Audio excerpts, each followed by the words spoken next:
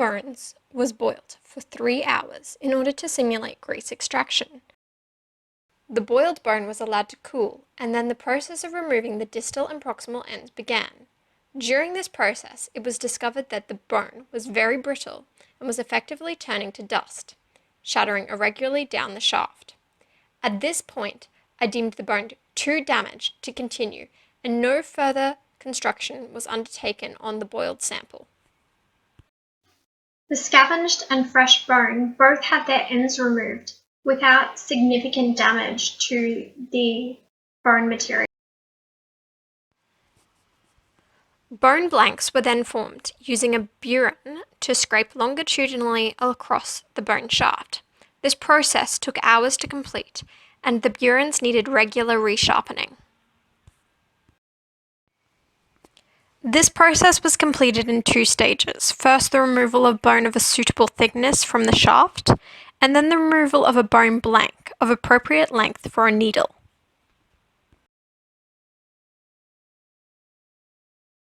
Once the longitudinal grooves were of the appropriate depth, a punch and hammer stone were used to separate the needle blank from the rest of the bone material. Unfortunately, during this experiment, both times this resulted in the shattering of the needle blank, which, in the case of fresh bone, resulted in a need for further work with the burins to create a groove to provide a needle blank of appropriate length. In the case of the scavenged bone, the needle blank was small, but still long enough to be able to construct a needle.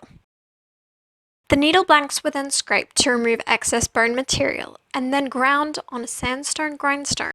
The grinding process took a long time and created a lot of bone dust, which required me to wear a mask because breathing in bone dust is really bad for you. The main casualty of this experiment was my fingertips, which were rubbed raw to bleeding point during the grinding process.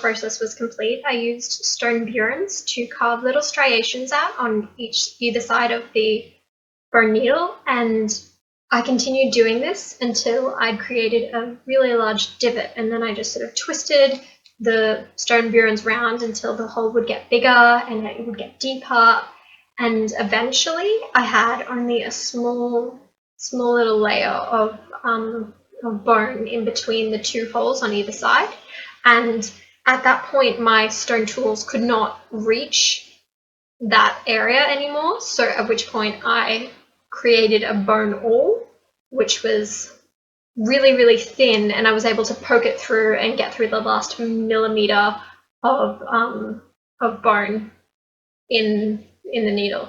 I'm not entirely sure of the archaeological evidence for this process, but as I said, I wasn't able to solve this problem any other way, and so this is how I solved the problem. According to a paper by Lineman in 2015, prehistorically, eyes were either drilled on both sides of the proximal end or slit gouged on both sides of the proximal end with the burins.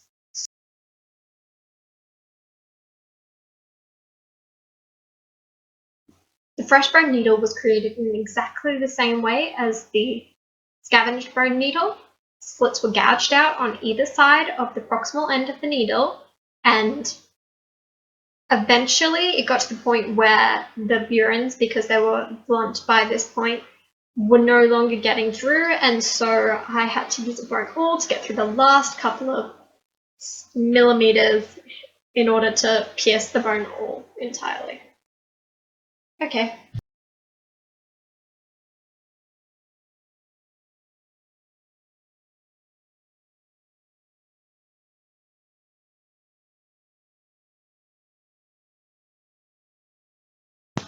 Eventually, when my bone needles were complete, I put them to the test. The test was that they were to make 5 stitches in the quickest amount of time possible.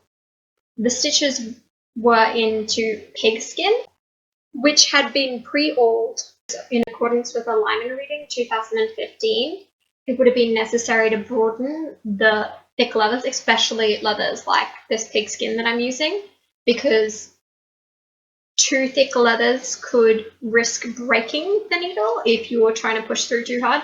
And I'm probably not doing very well here because it's quite hard for me to get my thing in, and I don't think I've broadened the holes enough with an awl, which isn't really allowing the needles to pass through as freely as it should.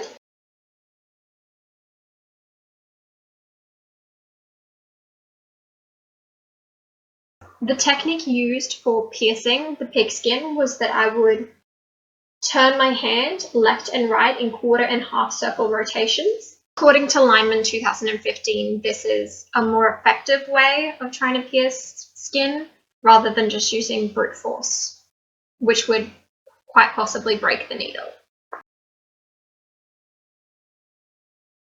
The 5-stitch test was completed 5 times so that I could tell if there was a significant difference between the bone tools and their efficiency.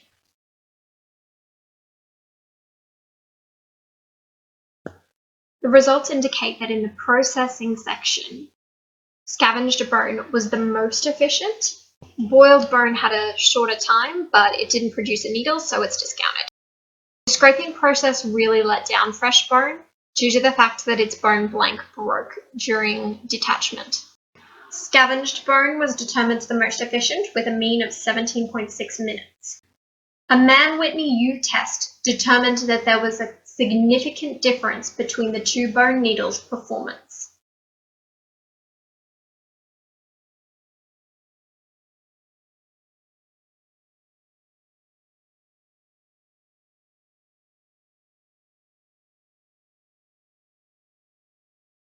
Here are some artifacts that might form the archaeological signature of bone needles.